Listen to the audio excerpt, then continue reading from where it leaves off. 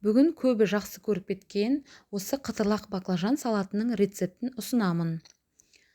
Осындай 2 тарелка салат шығу үшін 3 баклажан қажет. Қабығын толық ашып аламыз.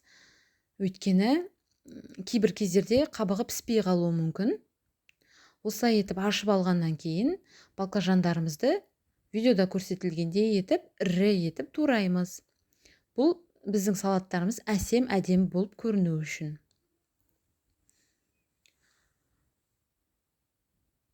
Видеом лентада көрініп тұру үшін парақшама тіркеліп, комментарий жазып отырыңыз кез келген.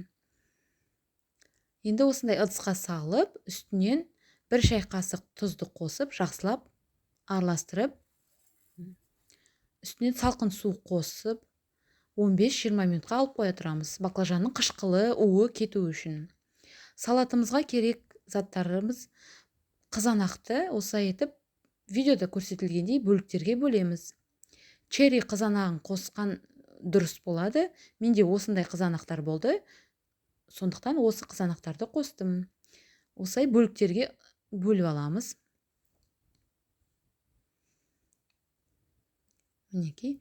Және де осы салаттың ең нағыз керек заты осы руккола шөбі. Осылай етіп видеода көрсетілгендей 2 ортасынан ірі етіп бөлеміз. Енді жаңағы баклажандарымызды аламыз судан. Бүткіл бойындағы керек емес қышқылы бәрі суға бөлінді.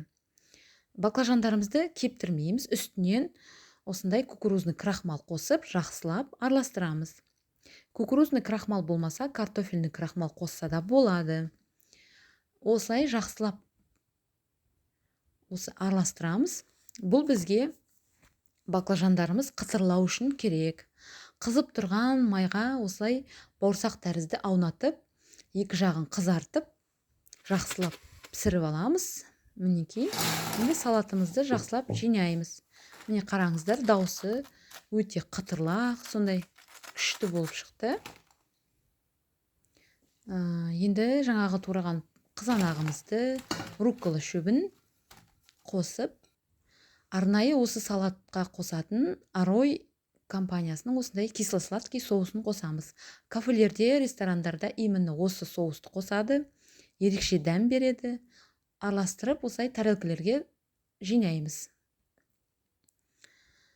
Үстінен осылай салып алғаннан кейін творожный сыр қосамыз. Бұл біздің салатымызға өте нәзік, жұмсақ дәм береді. Екінші тарелкамызға де осылай салып аламыз. Мінекей, әдемі. Және де соусымызды, жаңағы кисло-сладкий соусымызды осы салатымыздың үстінен тағы да сеуіп шығамыз. Бұл салатқа ол өте қанық дәм береді. Ең құпиясы сол кисло-сладкий соус болып табылады.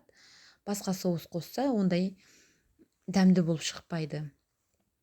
Және сәндеу үшін осындай кунжуттың ақ түрін қостым. Қара түрі де өте әдемі болып көрінеді. Бұл салатты жасағаннан кейін сразу ұсынасыз. Өйткені бұл жылы салаттардың бірі болып табылады. Дәмі өте керемет. Жасап көруге кеңес беремін. Парақшам пайдалы. Тіркеліп алыңыз.